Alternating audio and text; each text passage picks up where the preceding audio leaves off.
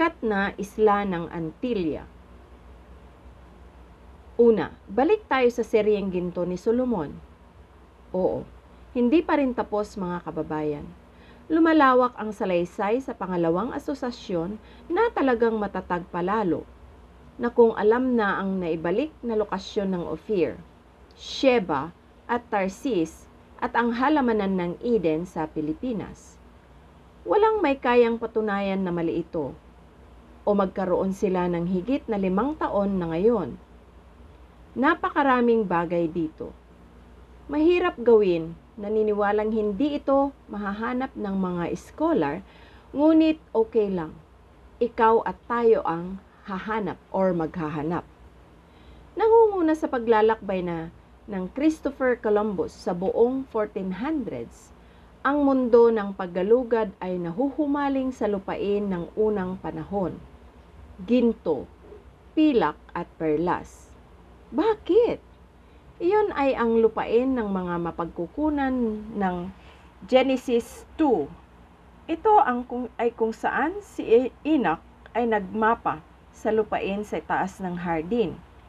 Kung nasaan si Noe ang nagmapa na sa pinakamatandang detalyadong pag-chart o pagtala ng mundo.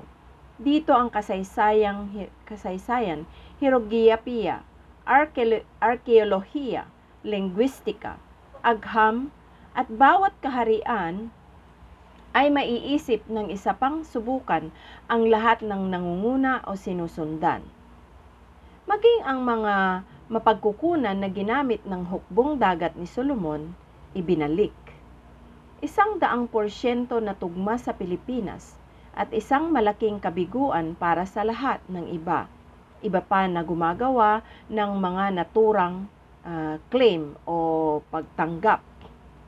Basahin ang The Search of King Solomon's Treasure ng libre sa ebook sa ophirinstitute.com. Isang 36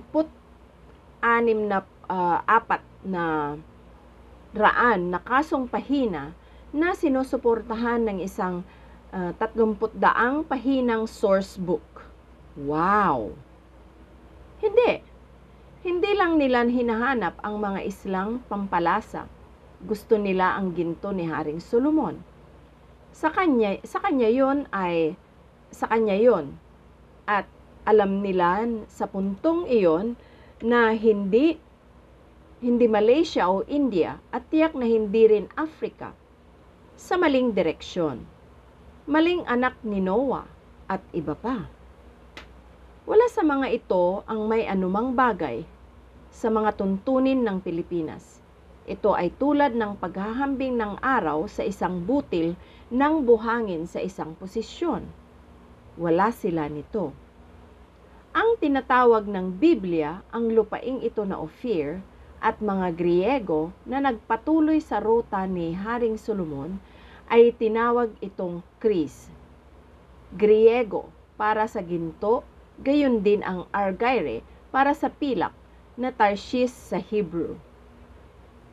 Pagkatapos ng paglalakbay ni Columbus, marami ang naitama sa modernong kaisipan ng mga mananaliksik o manggagalugan sa heograpiya at ang mga mapang ito ay tungkol sa atin na tumatalakay o nagpapalaganap ng isang sikat na sinaunang isla na sasabihin sa iyo ng akademya na hindi kailanmay umiral.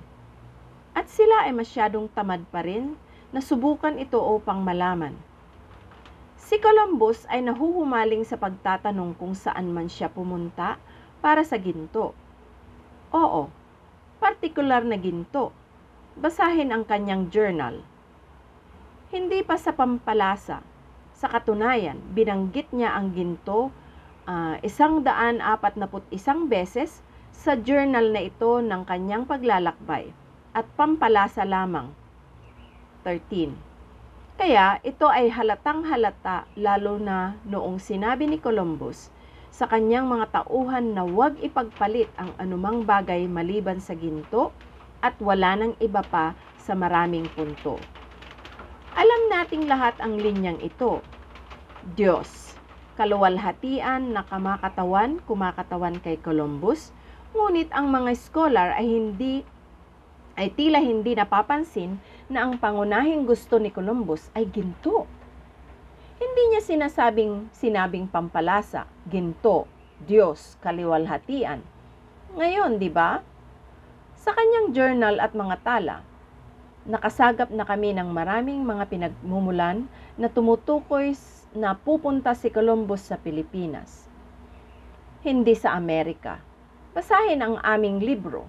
Subukan ang debate nang hindi sinusuri ang aming kaso.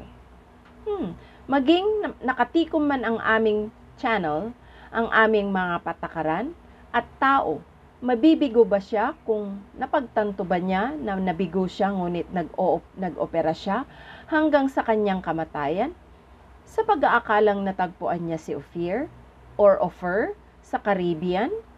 At ngayon, malalaman mo kung bakit malakas ang kanyang loob. Hindi siya nag-iisa. Pinapatunayan ito ng history o pinagmulan, hindi niya nahanap ang lupain ng ginto.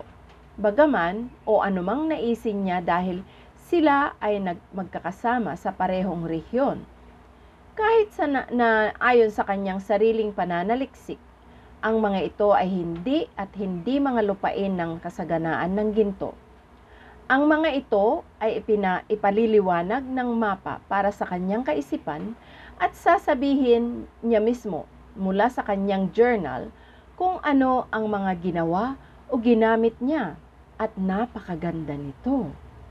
Gayunpaman, sa buong siglong ito at sa susunod, humigit kumulang 25 na mapa ang tumutukoy kung ano ngayon ang kasaysayan bilang isang multo o peking isla.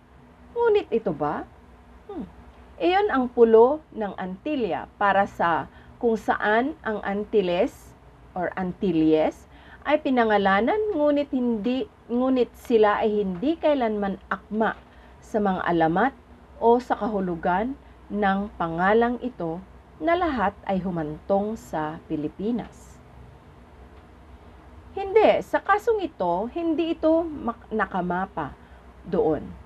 Ngunit, ang mga ito ay ang nagmapa sa lahat ng pananaw ng mga pre-Columbian na nawawala sa Amerika at Pacific. At hindi pa lang nila alam ang lugar na yon. Kaya, wala silang basihan para sa tumpak o tamang pagmamapa. Huwag mo silang sisihin. Hindi nila alam. Umuunlad ang kaalaman.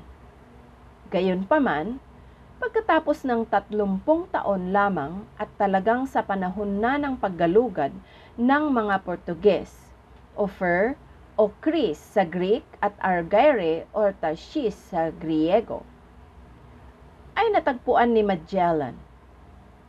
Mahahanap mo si Antilya at nawawala sa limot at ngayon ay tinatawag na kathang-isip o fiction. Ito ay hindi nangyari kailanman. May batayan ang alamat na sa pinakamatandang kwento ng sangkatauhan at humahantong sa mismong lupain ng paglikha. Ipapakita namin ito sa video na ito. Si Columbus ay patungo sa Pilipinas.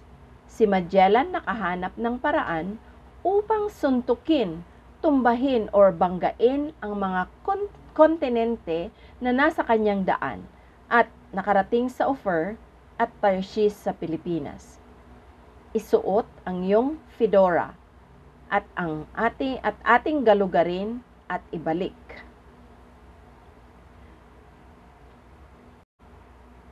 Pangalawa, noong 1424, ang unang mapa ay inilabas ni Juan Pizigano. Hindi siya nag-imbento ng pizza o Italiano. Italiano ba talaga? Pero lumihis ako. Ito ay magiging isang pagkapirmi ng mga cartographer para sa siglo hanggang kay Columbus na di nagtagal. Ang dahilan na ito ay tila hindi na mahalaga pagkatapos ni Columbus at lalo na ang pagkahalata kay Magellan.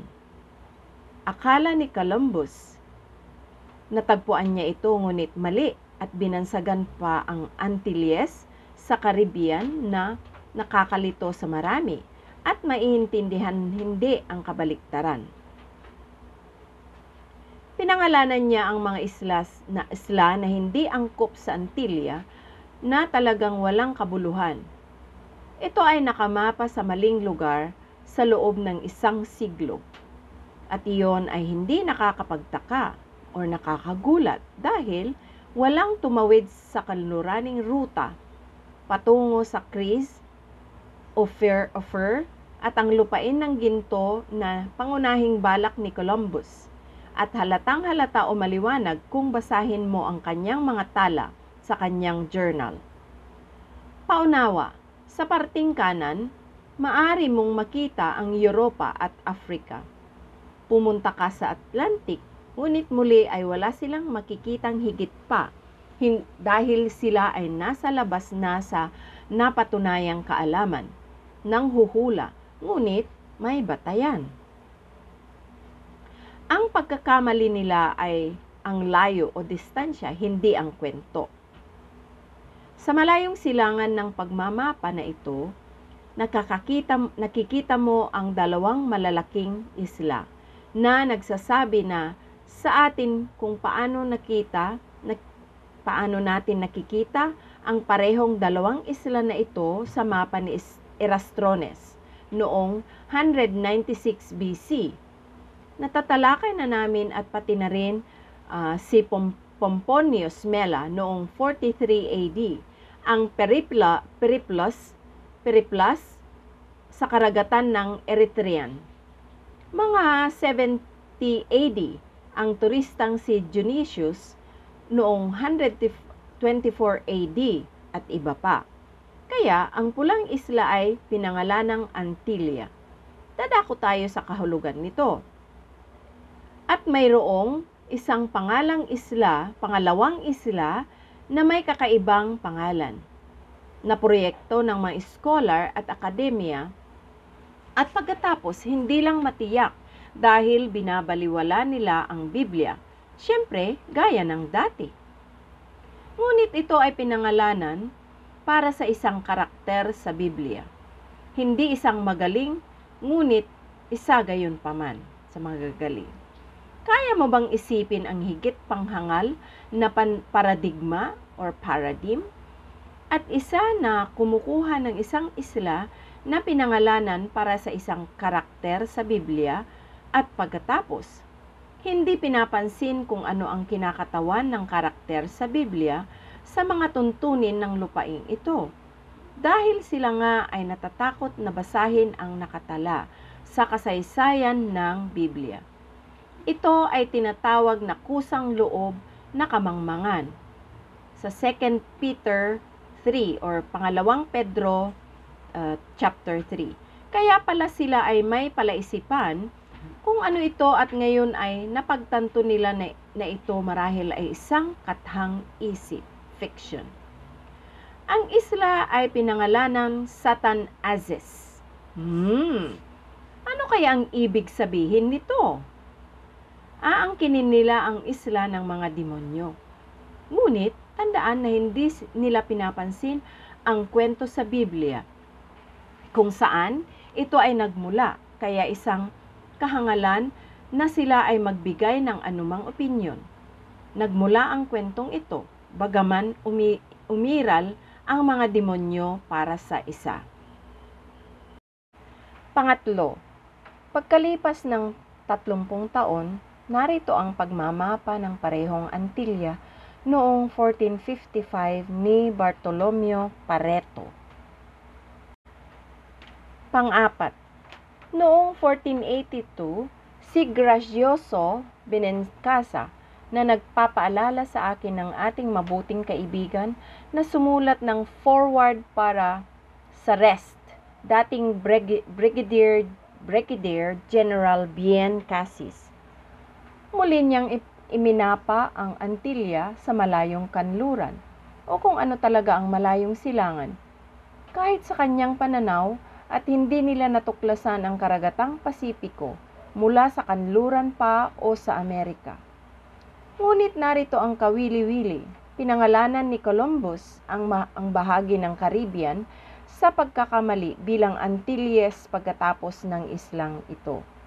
Ngunit siya ay nasa maling lugar sa pag-aakalang natagpuan niya ang Ophir, ang hardin ng Eden, Cipango, Japan. Ngunit kung ano ang tinutukoy niya at mga mapa sa kanyang panahon bilang lugar ng Pilipinas, hindi Japan.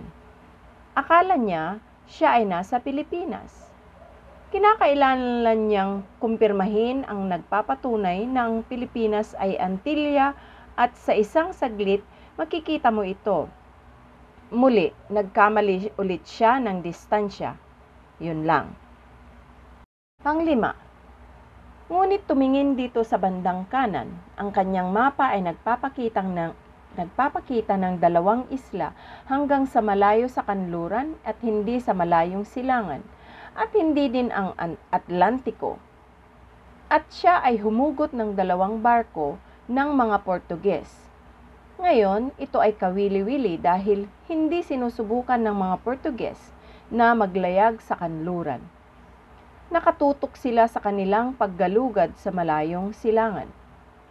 Ginawa ito ng mga Espanyol dahil noong panahong iyon, ang mga Portuges ay kontrolado ang kagipitan ng Malacca at maari nilang pigilan ang mga ito kung gusto nila.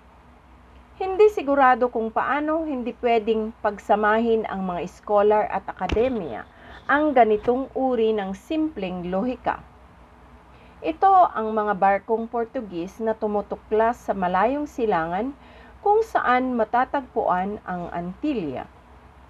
Ito rin ay nagpapakita na ang pinagmulan ng isang Portugis legend sa panahong ito na siyempre napulot din nila mula sa sinaunang pinagmulan, ngunit ang salita ay nagpapatunay na Portuges sa katunayan. At ito ay humantong sa kung ano mismo ang kinakatawan ng lupaing ito. Makikita mo, iyon ang dahilan kung bakit hindi nila natagpuan ang karagatang Atlantiko at tinawag itong kathang isip lamang. Mali ito. Pang-anim, narito ang isang mapa noong 1489 mula sa Albino de Canepa na muling nagpapakita ng parehong dalawang isla, malayo sa ang kanluran ng Europa, ngunit talagang nasa malayong silangan. Pang-pito, gaya ng makikita mo sa listahan ng mga mapa, ang siglong ito ay nakatuon sa isang islang ito ng Antilla, at ito ay kapitbahay na Satañez o Satanazes o katulad na pangalan. Bakit? Oh, maganda to. Una, nalaman ba ni Columbus ang tungkol dito? Pang-walo.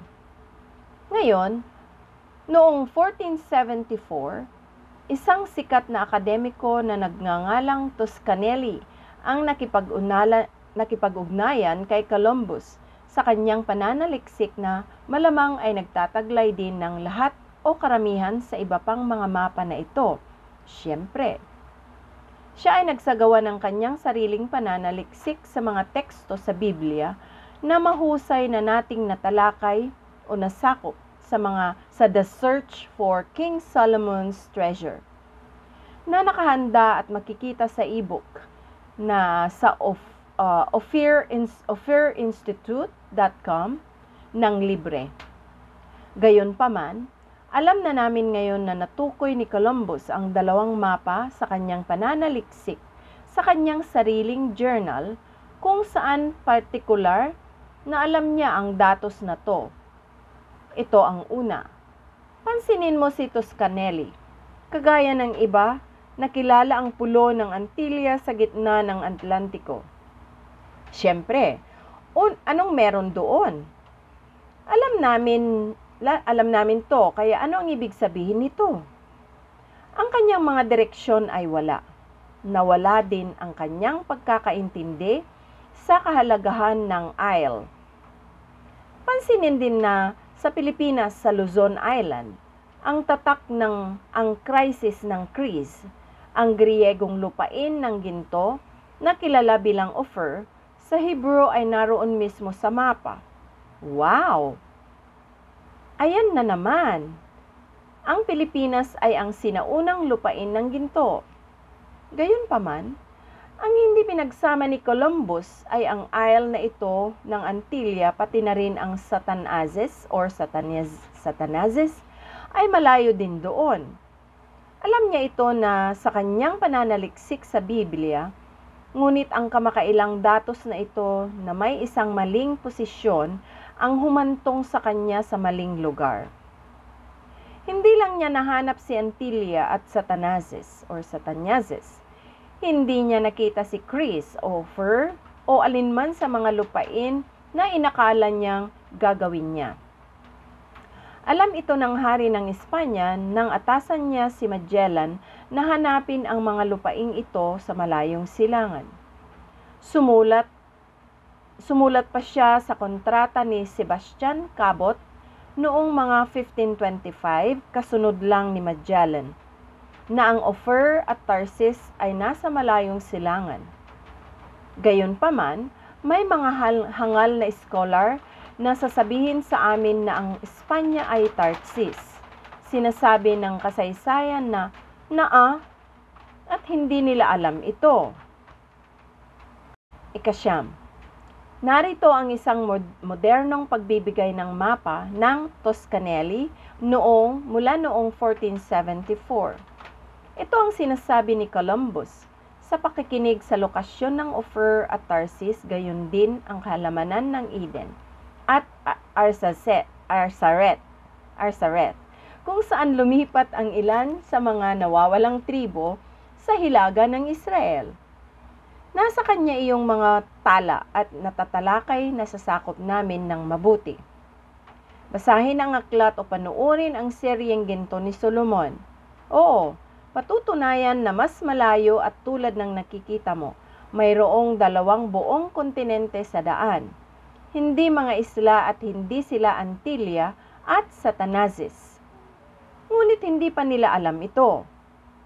Ang ilan ay nagsasabi na ang isang Portuges na mandaragat na bumalik na naglakbay sa Pasifiko at iyon ay walang basihan at hindi ito nangyari.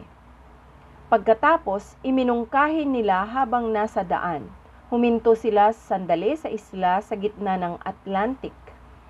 At parehong nakalimutan na sila ay unang tumawid sa isang kontinente at nabigong mapansin ito. Pinipilit nilang lituhin kahit ang pagtawag sa kanilang sarili na mga scholar, ngunit sila ay mangmang na walang basihan sa lohika. Si Antilla ay hindi kailanman naroroon. Ito ay sa Pilipinas. Makikita mo. Nakaligtaan ito ni Columbus, ngunit hindi ito malayo sa direksyon na meron siya. Sinundan niya sila ng maigi. Ang problema ay ang mga direksyon ay masyadong mali sa layo. Muli, iyon ay ang kurso ng pagtaas ng kaalaman sa paggalugad at hindi dapat ikagulat ng sinumang scholar na nabigla at pagkatapos ay binansagan itong kathang-isip na katangahan. Hindi ito tulad ng mga lalaking mabalahibo na unggoy, iginuhit ng ang mga mapa na ito. Ang mga ito ay mga profesional na kartograpo at sila ay naghahanap ng isang bagay na ito at ito ay natagpuan ni Magellan kahit na inaangkin ng pagkakamali ni Columbus na napatunayang mali makalipas ang ilang dekada. Si Magellan ay naglayag patungong Portugal kasama ang mga barkong iyon. Nakalarawan doon sa malayong silangan habang ang mga Portuges ay nagtulak sa Indies noong panahong iyon. Malinaw na naisip ni Columbus na Antilla ang lokasyong ito kung saan ang Ophir at ang Hardin ng Eden noon. Hindi niya ito natagpuan, pero nagawa ito ni Magellan sa Pilipinas. Ikasampo, narito ang aktwal na mga salita ni Columbus na isinalin sa Ingles mula sa paglalayag na ito. Naniniwala siya na siya ay nasa Sipangko, Japan. Ngunit muli sa mga sarili niyang mapa na ginamit niya para sa pagtanggap o pagpapasok sa kanya ay nasa Pilipinas. Nasa Pilipinas din sa tabi nito, hindi sa kung nasaan ang Japan. Mali rin yun sa posisyon na sa mapa, ngunit ang Sipangko ay Japan. Paano niya nakukuha ito? Narito ang kanyang lohika at mga sources o napagkukunan at pinanggagalingan, at muli ay mali sa distansya, ngunit hindi sa detalye. Ginamit niya ang mga globo ng Toscanelli na ipinakita namin sa iyo at sinabi ni Columbus. Mayroon siyang behind globe, ang unang globo ng mundo mula sa datos ng pamahalaang Portuges na inilabas noong 1492 sa parehong taon na naglayag si Columbus. Sinabi niya na meron siya at sinunod niya ito. Ito ang dahilan kung bakit naisip niyang nasa Pilipinas siya nang tumama siya sa Caribbean. Pero tingnan mo, malinaw na naniniwala si Columbus na Antilles ang Pilipinas. Lahat ng sinasabi niya sa mga termino ng offer na tinawag niyang Haiti or Faiti. Narinig niya sa lokal na wika, ngunit nalito siya na ito ay offer. Faiti. Offer? Hindi pinatutunayan ng panahon na ang Haiti ay may napakakaunting ginto at ito ay talagang hindi offer. Pero hindi pa niya alam yun. Ngunit alam ito ni Magellan.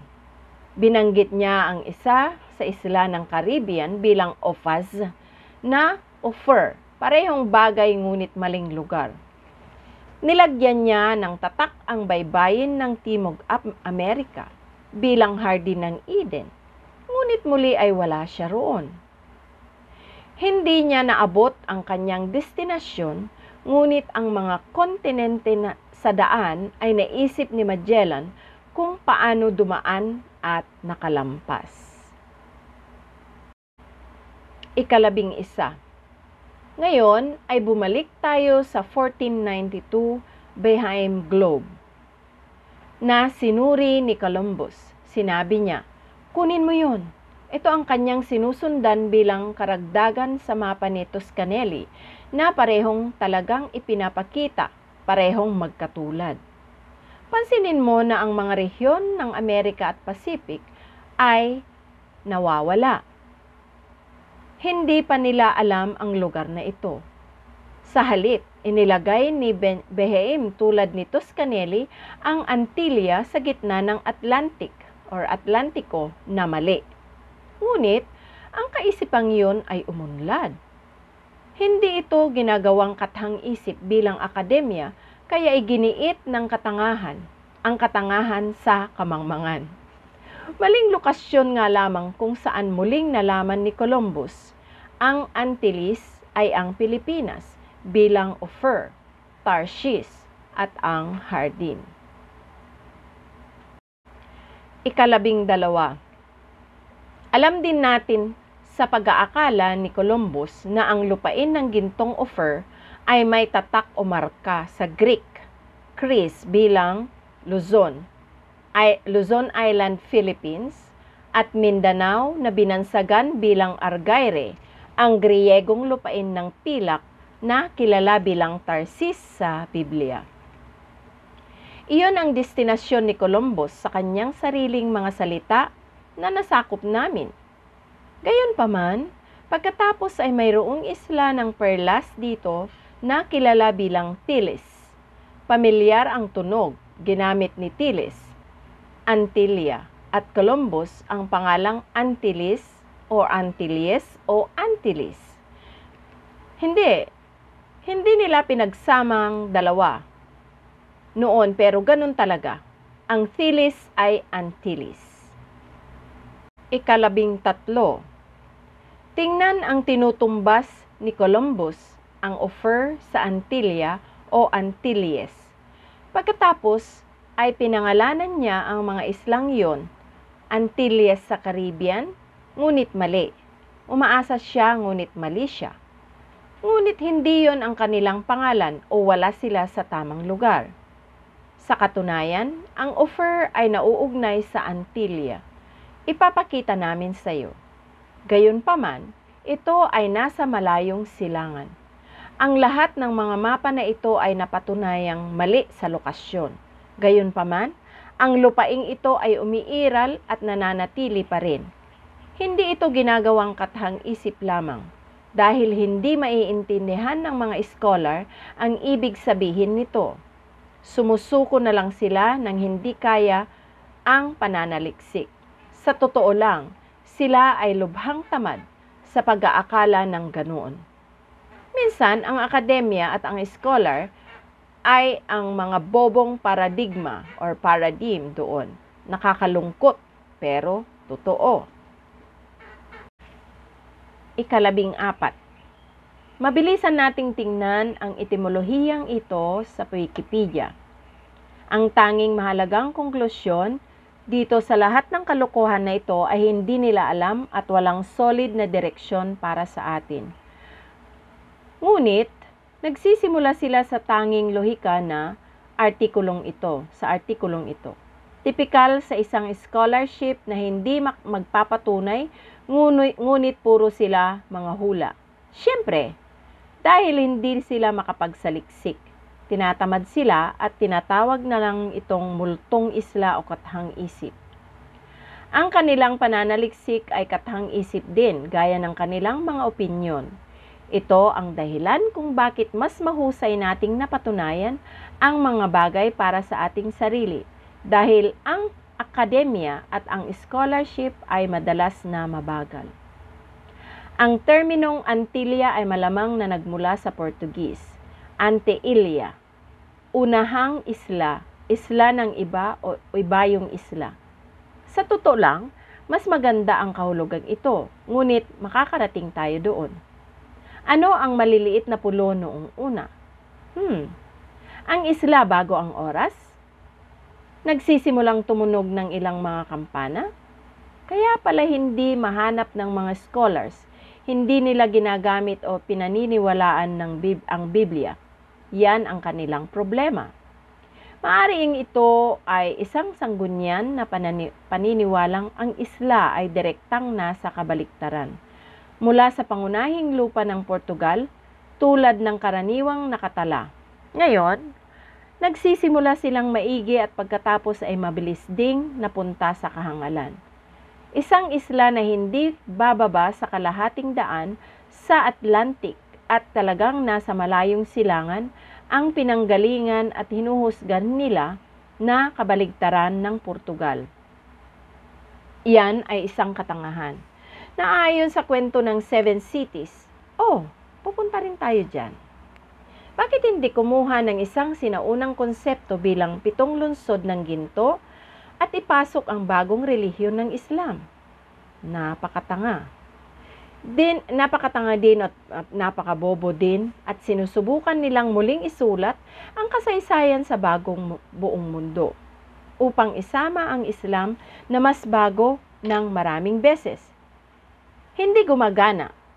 Ito ay propaganda, hindi kasaysayan. Ang laki at hugis parihaba nitong hugis ay isang malapit na salamin sa imahe ng kaharian ng Portugal mismo. Hindi talaga at katawa-tawa ang puntong ito. Hindi man lang nila sinusubukan. Hindi ito isang koneksyon. Iminungkahi ng ilan na ang Anteilha etimolohiya ay maaring mas luma na sinang-ayunan. Posibleng nauugnay sa kahulugan ng Aprositus, the inaccessible o mahirap marating. Ang pangalang iniulat ni Ptolemy para sa isa sa ang Fortunate Isles. Muli, walang aktwal na koneksyon na ginawa. Isang mahinang hula gaya ng dati. pagpasok kay Ptolemy sa isang bahagi ng mundo na hindi niya alam na umiiral. Duh! Itinuring ng iba ang Anti-Illa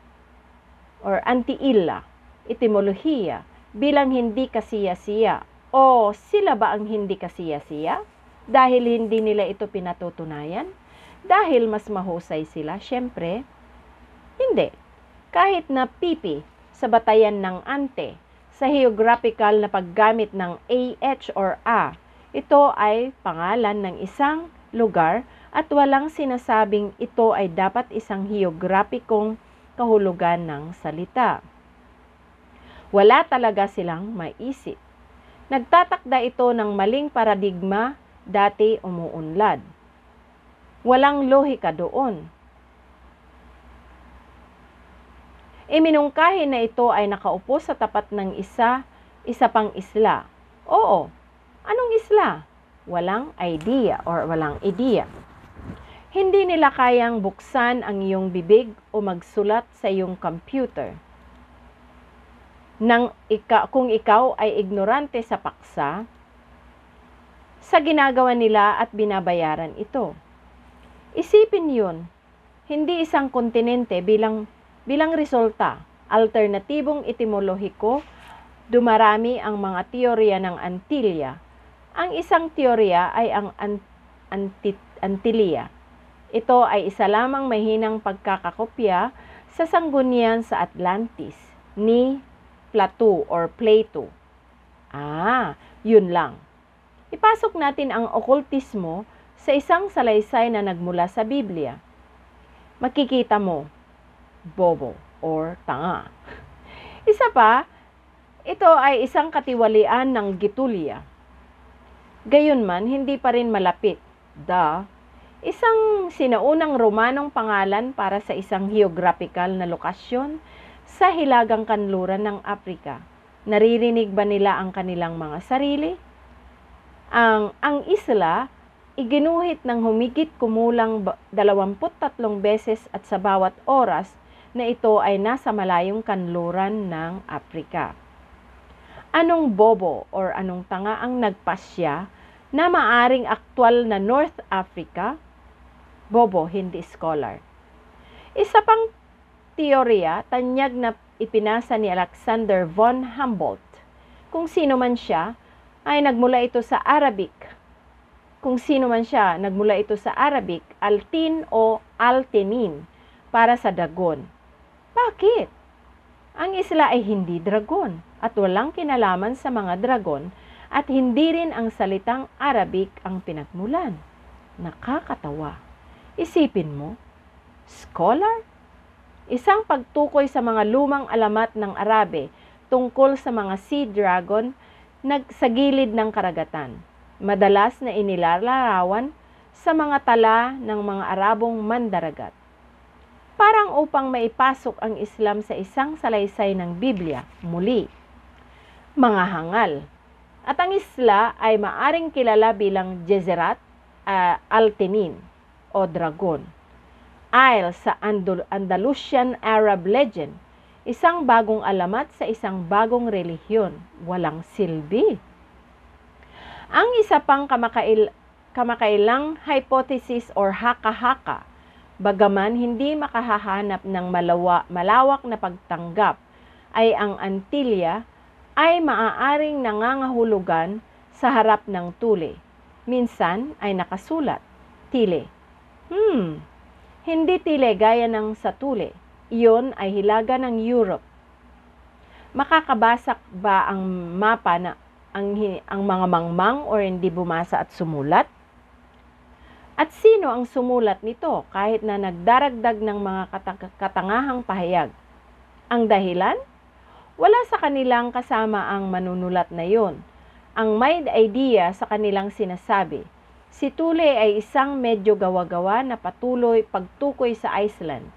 Sa totoo lang, hindi ito ay hilaga ng Europa, ngunit kahit ang Iceland ay hindi timog at malayong kanluran ng Portugal.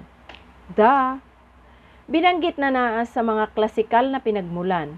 Kung gayon ante, tile, Ang isa pang bago ang Thule.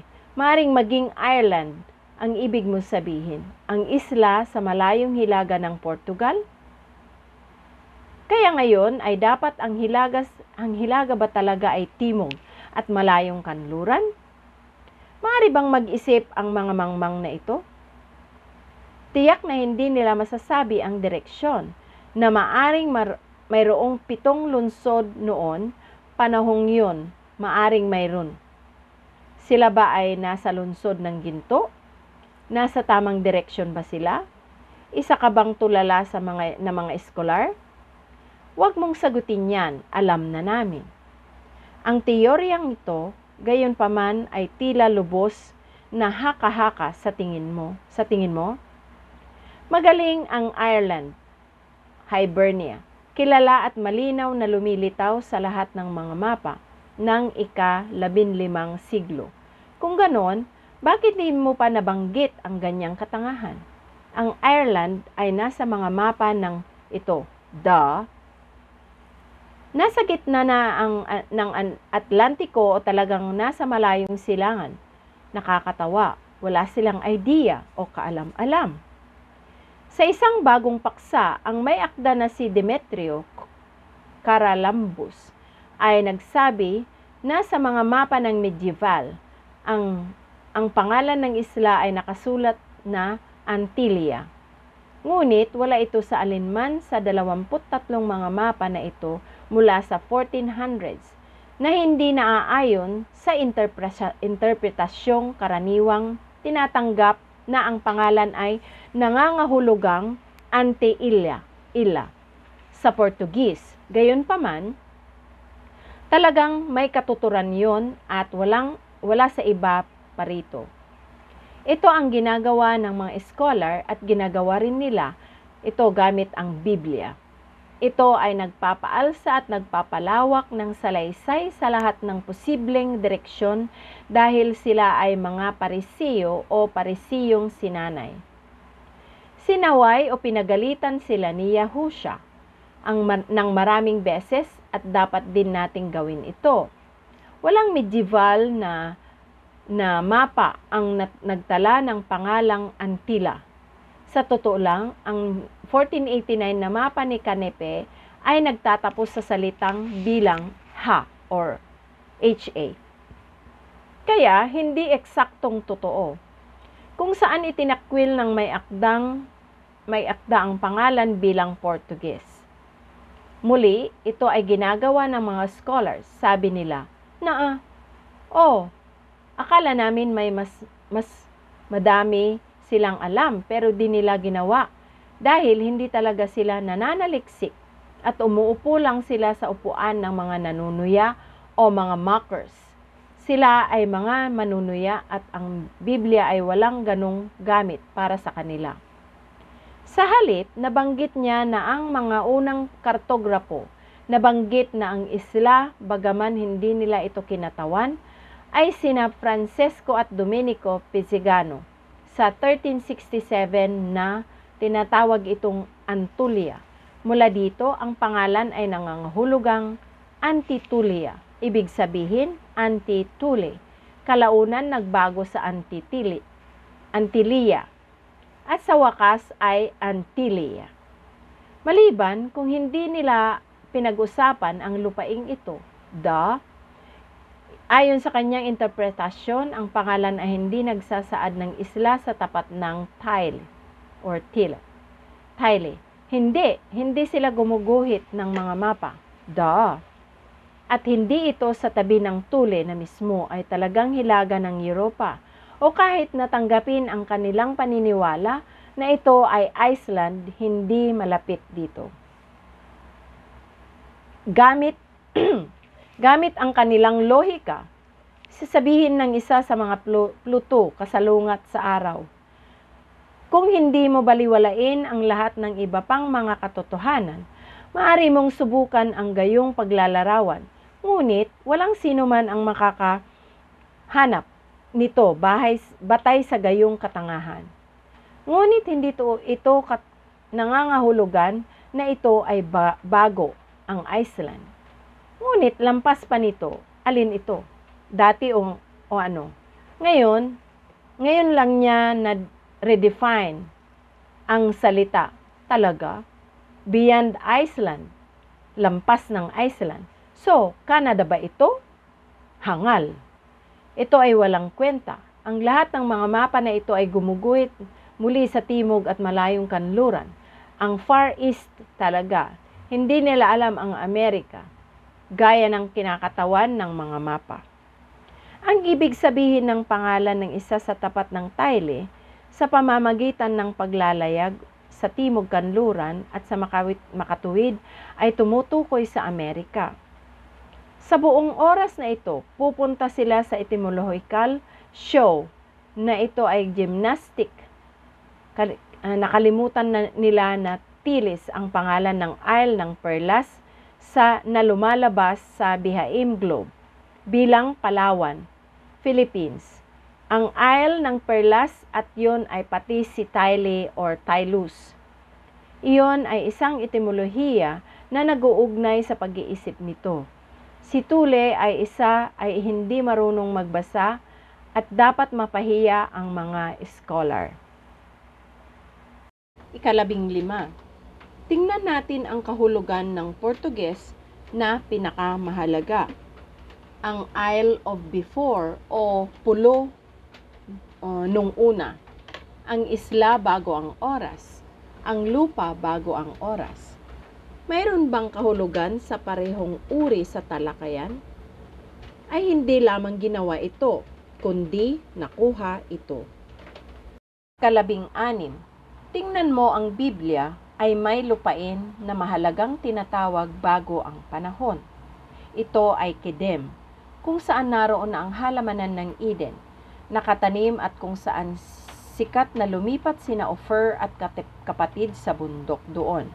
Sina Kedem at Sephar ay pagtukoy sa puno ng buhay sa halamanan ng Eden. Ito ay madaling makilala.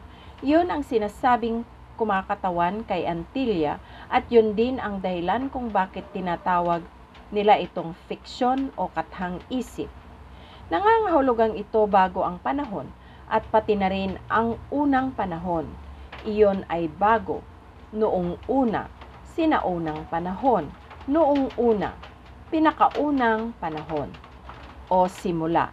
Ito ang Hebrong pangalan o pagkakakilanlan ng Pilipinas, ang lupain ng paglikha, kung saan nakatanim ang hardin sa ilalim lamang sa loob ng lupa.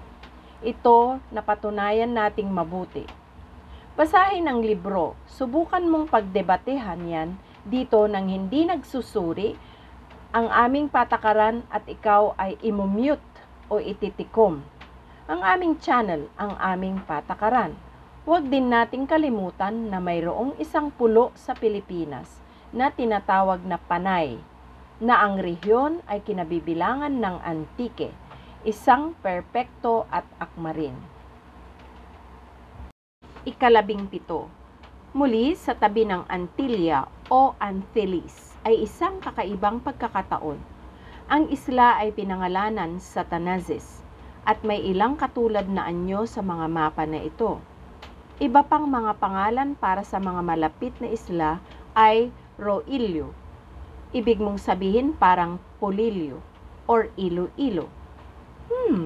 Saan kaya hahantong ito? Iyon ay mga isla ng Pilipinas. Isa pang Imana. Isa ring pangalan at salitang Filipino.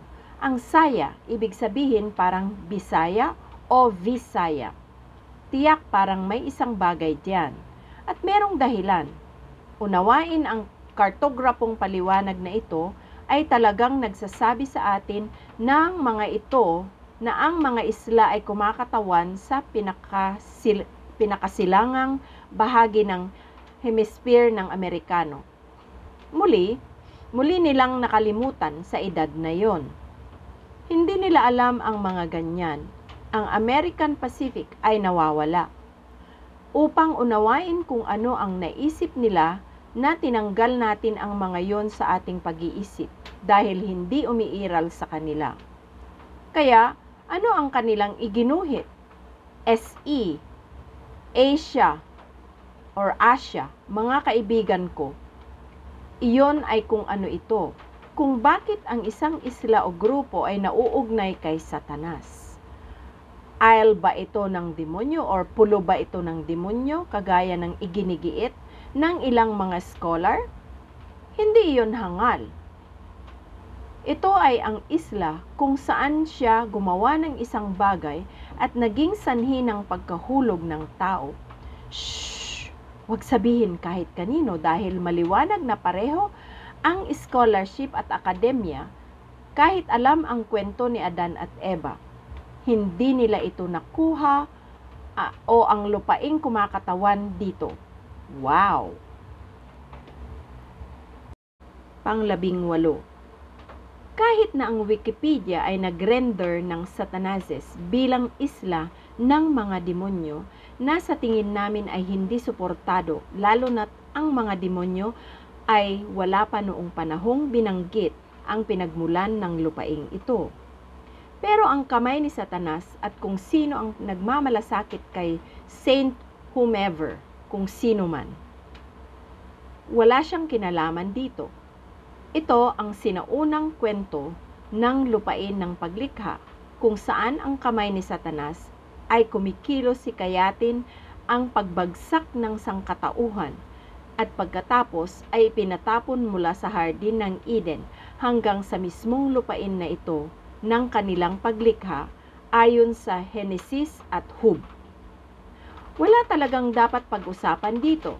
Ito ang lupain ng panahon ng paglikha at ito ay natagpuan kung kaya't ito ay nawala sa mga mapa pagkatapos pangunahan ni Magellan.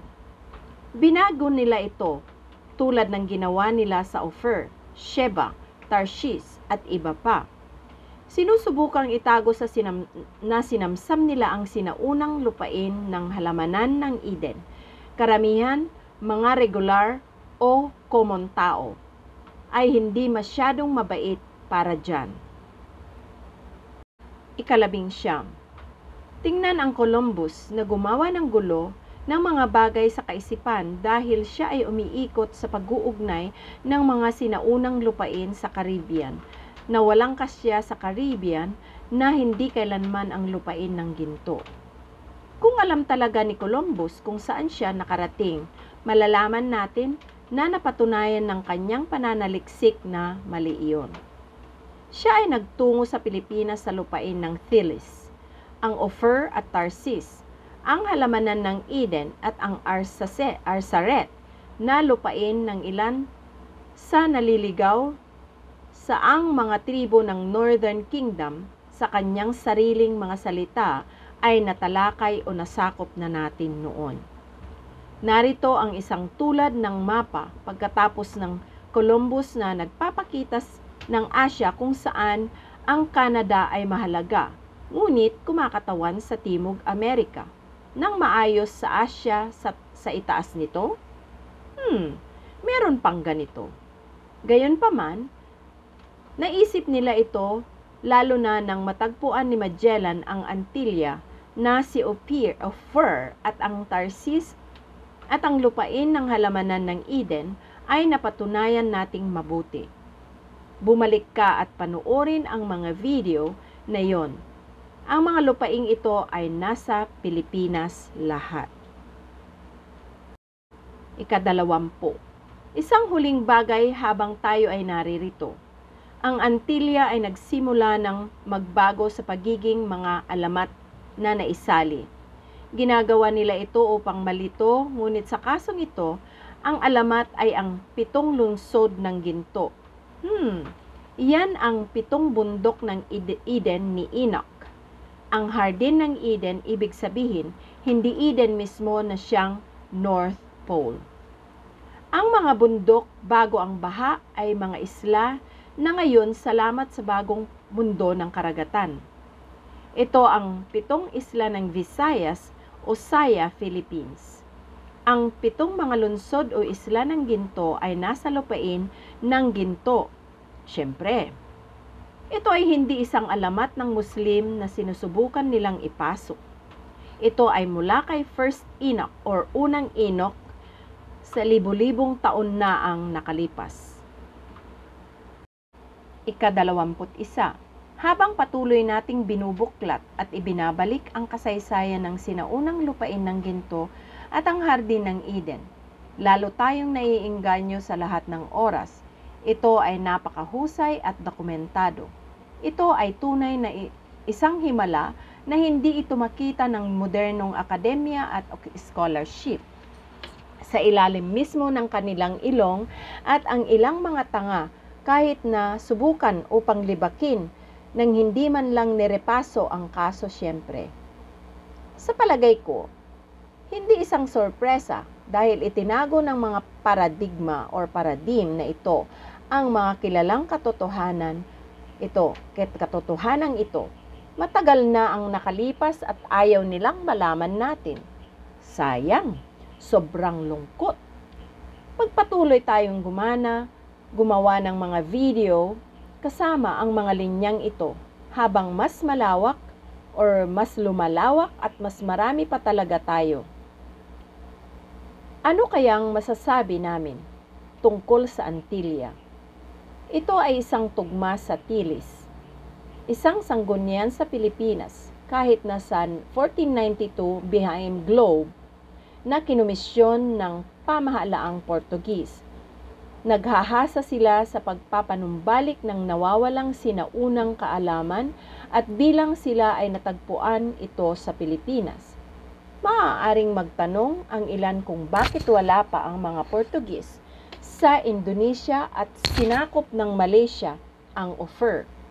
Well, sabi nila ang Locos o Ilocanos, ang Ilocos sa mga dagat na may mga higanting barko na kasing laki nila at inilarawan ni Pigafetta ang halos 20 sa kanila sa pagdating ni Magellan. Iyon ay sapat na upang magdulot ng takot lalo na sa isang mas maliit na samahan ng mga sasakyang dagat. Ginamit ng mga Espanyol ang abiso ng mananaliksik ng Portugis at kinailangan nilang kunin ang kanluraning ruta dahil ang Portugis ay may kipot ng Malacca sa pagitan ng Malay at pagsasara ng Peninsula at Sumatra. Hindi ito pinansin ng Espanya. Ngunit hindi nakarating si Columbus sa Pilipinas kahit na ginawa niya ito batay sa isang maling lokasyon ng Antilles na ipinasa pababa at marahil ng Portugis para sa bagay na iyon. Gayunpaman, ang Antilles ay isang tunay na sanggunian sa isang tunay na lugar, ang land of creation o ang lupain ng paglikha. At ang hardin ng Eden, syempre talaga kapag ang isa ay malalim sa pagsasaliksik at hindi lamang gumagawa ng paghahanap sa Google o nakikinig sa isang scholar na hindi kailanmay nagsasaliksik ng paksa kahit konti.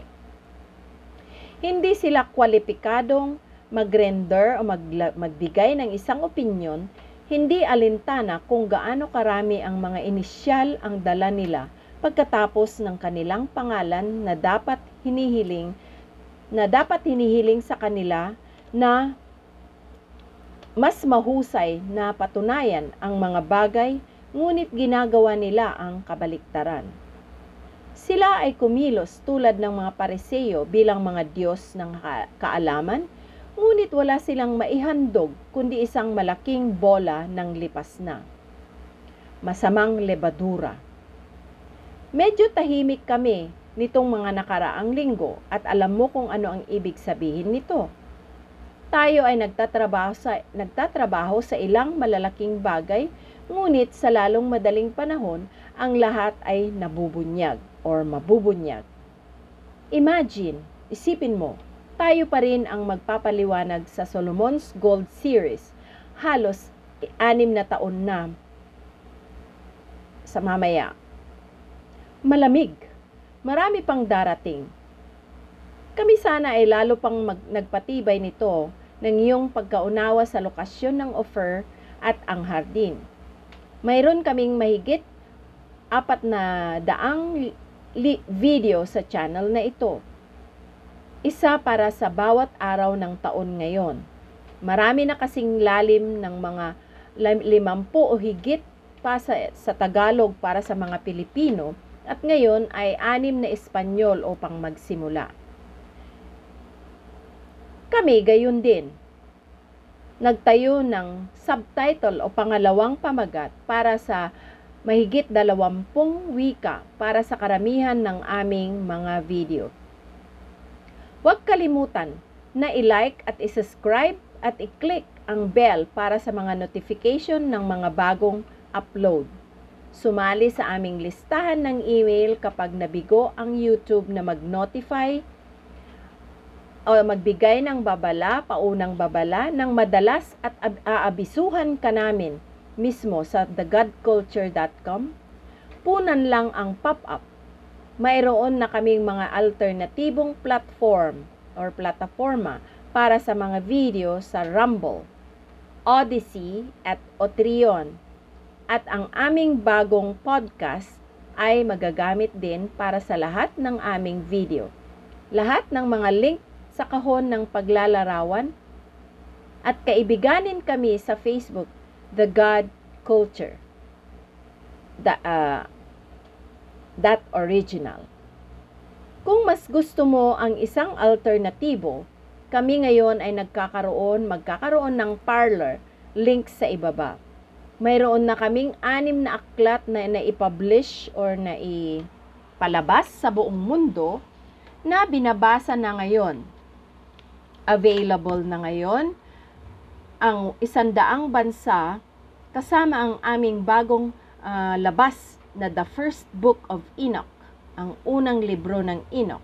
The oldest book sa kasaysayan, ang pinakalumang libro sa kasaysayan at ngayon, alam mo na, ito ay tiyak. Inilunsad din natin ngayon ang Offer Philippines, coffee table book sa Amerika, Canada, UK at maraming mga merkado sa ibang bansa sa Amazon at ito ay available sa hardcover o matibay na takip o malambot na takip doon.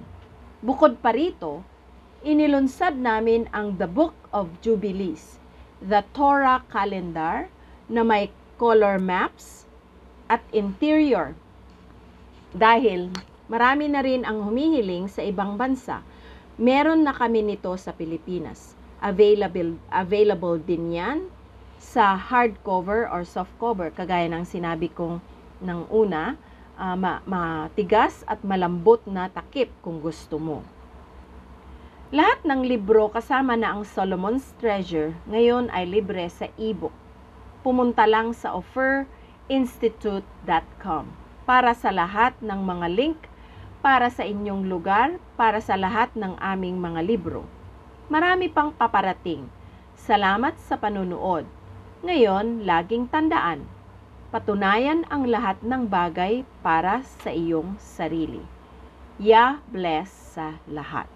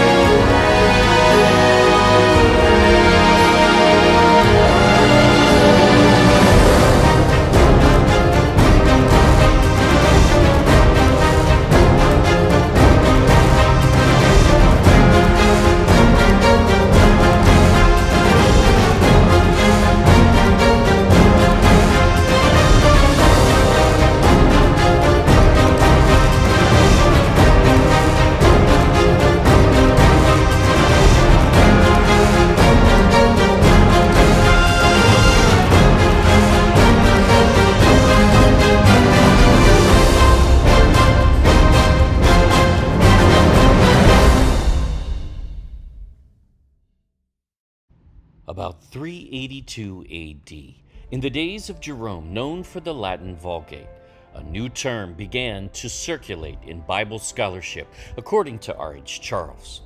Certain texts of historical value, and even canon, were now labeled as something other than inspired scripture. The very concept is a clear redefining of books already in existence, and in most cases, text recorded as inspired scripture and Bible canon now somehow in question by those without any such authority.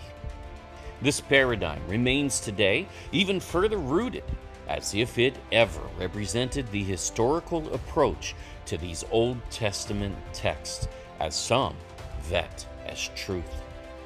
How do these texts stand up to the Torah test? The answer on many of these books will likely shock especially scholars who have never actually conducted such research, which becomes evident. It's not in their paradigm. This canon was already chosen before there were Pharisees in Jerusalem and before there was ever a Catholic Church. Those factions do not get to legitimately form councils to vote on that which was already settled fact long before, even in archaeology. Get ready for a journey to restored truth on the books of Apocrypha. From the 1611 King James Version, we published this foundational research and Apocrypha test, as Volume 1 is now available free in ebook, or one can purchase in print. Volume 2 will follow very soon.